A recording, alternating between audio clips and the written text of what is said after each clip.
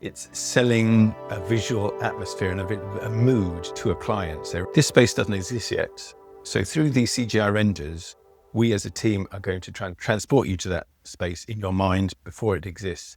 We want to give you the feeling, so you feel the emotions as if you're in that space.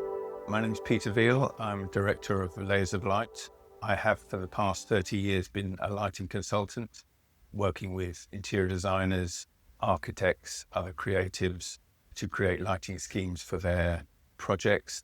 Range of projects goes from hotels and resorts, restaurants, private residential projects, corporate projects and office buildings, public realm projects, facade lighting, very interesting, vast array of projects all over the world. I think the best part about the job is that I've traveled and seen the world, usually at someone else's expense. How you became lighting consultant? I studied product design at university, and there's a wide choice of what you can design for your final year project. And I designed light fitting, and after that, obviously, you have to find a job. And I found my first job was actually designing luminaires, like bespoke luminaires. And then I learned about this other profession called lighting designers. And I thought lighting designers, someone who designed a light, but it's not. It's someone who designed the lighting scheme for interior and exterior of buildings. I was very lucky that I was offered a job as a lighting designer from a guy in Hong Kong.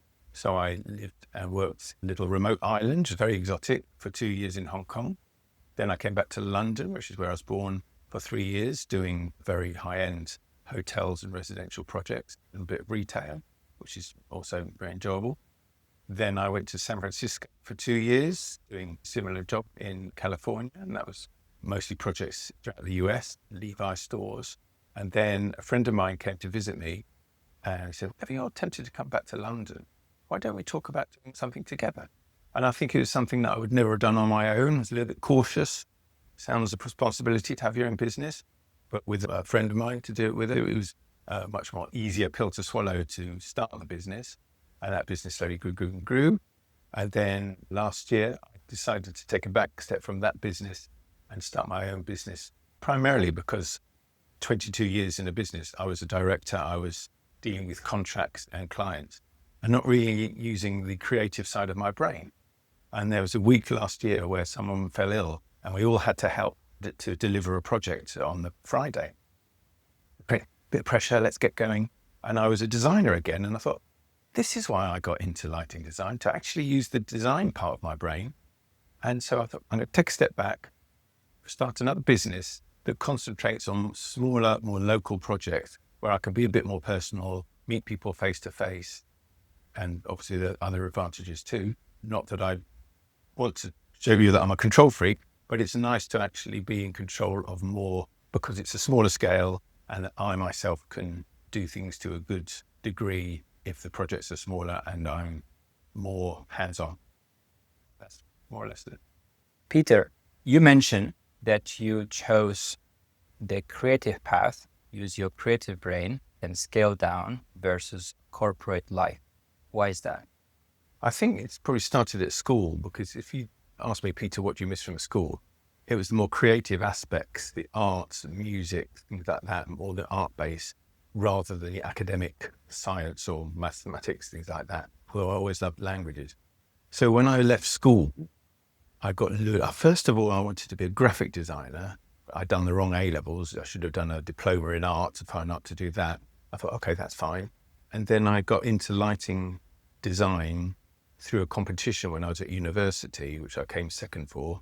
Then I had to do a year's internship as part of my degree. And so I sent my CV to lighting companies. One was 2 miles from where my parents live in Uxbridge in northwest London. I like this. You meet other designers, because any design project, no matter what it is, doesn't just involve one person or usually one company. You get to meet other creative people and they're a source of inspiration. You think, I didn't realize we could be that amazing with our designs. It's best when you're exposed to the creative world and you realize what a huge array of choice you've got to do things in a different way. And I thought, yes, that's the life for me. So I never really considered anything else. I was just focused on, I want to be a designer. I don't think I really was too fussy about what kind of designer. I just thought, and I think we're quite spoiled in the UK because it's a really good hub of creative people come from all over the world. I feel quite fortunate. And it's only when I go to other places in the world you realize, London is really, you hear about British design, it's well regarded. And I was very happy to be a small part of that. Do you think that your creative brain or your creativity helps in your current business? Like you applying your creative side and maybe less of the business?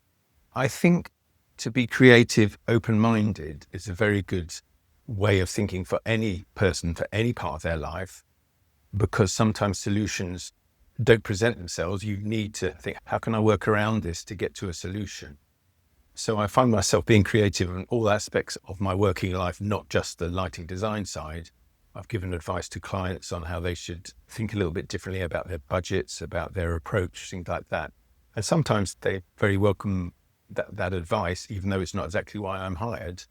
So I think open-mindedness, and I have an 8-year-old daughter and I'm trying to impart, you don't have to do what other people do, just have a think and see, do it your way, is I think a very good mantra in life, if mantra is the right word. To use a lighting consultant who has thorough knowledge of the lighting apparatus, lighting equipment and concepts and how it changes the mood and atmosphere and changes human behavior. For hotels, you've got to have the right atmosphere, you're charging a lot of money. And lighting, just like acoustic design or interior design or structural design, it's one of those services that can differentiate your project from the average Joe's. So for someone who has no idea about lighting, right? What lighting design it means? Like, what is it exactly? Okay, let me think. In a practical way, it's a set of plans showing where the lighting is going to go and a set of specifications saying this light is this type, that light is that type. But going back to the start of a project and the concepts and the renders, it's selling a visual atmosphere and a mood to a client. So this space doesn't exist yet. So through these CGI renders, we as a team are going to try and transport you to that space in your mind before it exists. We want to give you the feeling, so you feel the emotions as if you're in that space. And lighting plays a very big part in that. The color, temperature, where the lighting falls, where the lighting doesn't fall. So you have some contrast, you have some shadows, you talk to the textures. So an interior designer, it's not going to be so easy for them to sell their design to a client without saying that it's lit in the correct manner. And then the client can connect with it on an emotional level. So, I see that render, it's in a spa, I feel beautifully relaxed. That's how I want to feel when I do enter the space when it's built. So it's more about the emotions you're evoking in the space. Yeah, it's an emotional connection that we're trying to build here. We want to feel relaxed in a spa, excited in a restaurant maybe, or relaxed in a restaurant if it's a Michelin-style restaurant. And there's commercial merits to staying a while, having another glass of champagne because it's good for the profit margin. More relaxed, dimmed lighting scene is more commercially viable to keep that restaurant in business. You mentioned you see more co-working spaces rather than big office spaces. Yes, certainly. Even before COVID, there was a trend that the traditional office for one company was losing its appeal. And then certainly with COVID, people working from home, they realized, I have a laptop now. We have Zoom calls, we have team calls. I don't need to be with my coworkers, and I don't even need to be in the same country as them or as the same country as my clients because we can do things remotely. Personally, I'm a great fan of meeting face-to-face and having a coffee and getting to know each other. It builds relationships. It builds communication and understanding and how people work. And I think that is greatly beneficial for a collaborative team. But I do very much enjoy designing lighting for co-working spaces because you're spending a lot of time there. So it's halfway between a house and an office. If you take this space, for instance, there's a very nice kitchen. There's areas where you can chill out and sofa areas. Compare that to a traditional office where you might have a reception desk and then rows and rows of desks where everybody works in open plan office. This is just an upgrade, really. I don't like working from home. I enjoy the energy of being around other people. And if I work from home, I'm just in a small room on my own and I get bored. I look at the BBC News app and things like that. But here, I think I'm more productive because there's a bit of noise, a bit of energy, and that's what I need as my character. So you see now positive impact of working in a co-working space rather than your own office. Yes, because there are other businesses here that are relevant to my business. There was, up until about 2 years ago, an interior design business there. And I've been working with them because I met them through there. I have met a couple of architects, but usually for a lighting designer, you work with larger architects who work on projects that can afford a lighting consultant's fee, because we are a little bit of a luxury commodity. So a smaller architect working on a single house in Watford, probably the project won't have the budget for a sub-consultant such as a lighting consultant. As an entrepreneur, can you remember a specific challenge you had to face? I think as a business owner, working on projects where there are different levels of consultants. So you'd have the clients at the top, you'd have an architect in the middle, and what we call sub-consultants that not every project can afford. So a bit of a luxury commodity, as I say, such as a lighting designer. There's a hierarchy going on, and it happens in certain areas of the world and not others, where you sometimes you feel a little bit like you're being told what to do, and the control of your own company is being passed on to those above you because you want to do the projects, but you also got to keep profitable state. And it's not always so easy when you're working on usually large projects where there's other companies throwing their weight around and you feel like a small fry in a big pond. That's why I started my new company to work on smaller, more local projects in the UK and maybe Europe, where you feel that there's less of a hierarchical distance and you're talking to your clients and your collaborators on a more even keel. It's more personable. More personal and more face-to-face meetings, I hope, in the future. 10 years before I want to retire, and I want to enjoy those 10 years.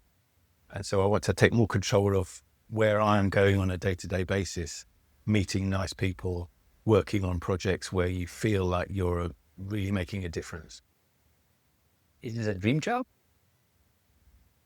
I think I'd be very optimistic if I called it a dream job, but I'm very pleased because I've met lots of interesting people. I've been to lots of very interesting places, and I've used the creative side of my brain, and I've got a lovely portfolio of projects that I've done that I'm very proud of. So Peter, with all the AI revolution, how that impacted your work or your business? Yeah, I mean, I've used AI for research purposes. It's a very powerful tool. I use it for advice and things like that, other than lighting design. I've used it for graphics. I've used it for content, for presentations. I haven't used it for text because I actually like writing my own text because I have my own style and I don't think I want to yield that to a machine, but that may be just a matter of time, who knows? I am a little bit fearful that as a creative job, it's not long before AI could do my job in a quite complete manner, because there's technical aspects to it, there's visual aspects to it, which I know AI is already very good at. We have to calculate levels. We have to pull light fixtures from a database, have their what's called IES files so that you have the output. And I feel like within 5 years, the downside of AI is that it may be able to do my job. If AI is doing your job, where you see your talent being applied? I think more and more in my job, I'm doing an advisory role, as in giving strategy. Even before the design is done, I may give advice to a client, something other than the lighting. I'm also, in the last 2 or 3 years, been involved in events which deal with the senses, not just lighting, but how lighting affects the human brain. So it's not a lighting project. These are events where we have social occasions and we talk and we debate and we create sensory experiences for people, which is research really. And I've done lots of research into the human brain and how lighting affects your sense of smell, your sense of taste, your comfort levels, your productivity. So there's lots of things which I think AI may not, I don't know, AI may get there, but I think having that kind of knowledge, which sets me apart from other lighting designers because I'm interested in the research. And I've always been fascinated by the human brain, but I've never quite had the intelligence myself to do a degree in psychology, those scientific studies of the human brain. So where it affects my discipline, lighting design, I think it's really worthwhile to do that research and spend a bit of time knowing that. so I can impart that knowledge onto my clients, which can affect how their customers use their spaces, which is of commercial value to the clients. I think that may be a USP, which is not quite so easily done by a AI computer. So for an entrepreneur in London or a new business owner in London, what advice would you give? I think ask lots of questions and know what you're doing is of value to your clients, so it's monetizable. There's a book called Never Eat Alone, which is fantastic, which you can tell what it is from the cover. That since starting my company last summer, I have very rarely eaten alone because I've been socializing with people, not just my target market, but other people who are within the industry or in the peripheral of my industry, that I might be able to say, well, I can give you some advice or give you contacts. Can you give me some contacts? Give me some advice about what I should do. And there's also the advice how to sell a pen. Sell me this pen. If I were to sell you a pen, I wouldn't be talking about the pen. I'd be talking about your needs. So how long have you been looking for a pen? What's your job? And then it's easier for me to see whether my pen suits you or not. It's a good mantra for most businesses, really, to not just say, hey, this is my business. Do you want it or not? But to talk to the other people, their needs, and maybe mold your business around what you think are the needs of the many rather than the needs of the few, unless you're a very bespoke market where the needs of the few are just what you need. So I think as I've got older, I've to listen more and talk less. For a creative person who is in between crossroads of working in a corporate or setting their own business, what's the advice? Now, in the lighting industry, very interesting question, because a lot of people have done what I've done. They've worked for a larger company, they've learned their skill, and then think, I reckon I can do this on my own. But I think people need to know that not all people that are purely creative are that good at the business side of things. And you have to make sure that if you don't have the skills, you know someone who can help you fill in those gaps, because you've got to spin all the plates, not just the creative plate. I'm a great fan of uplighting. If you have a white ceiling or off-white ceiling, and most people do, if you throw light up to that ceiling, you've got a layer of comfort lighting. I'm not suggesting that's the only light you have in your room, because the room can look a little bit flat, a little bit boring. So it's good to have other lighting, maybe task lighting near your desks or floor lighting to give it that homely, warm feeling. Yeah, warm lighting is also very good for you. Although cool lighting, like lighting, is good to revive you, which is why I usually go for a walk after lunch, because you feel I'm digesting your food, feel a bit tired. You need to combat that tiredness with the blue light that's present in daylight, which isn't always present in warm light interior lighting.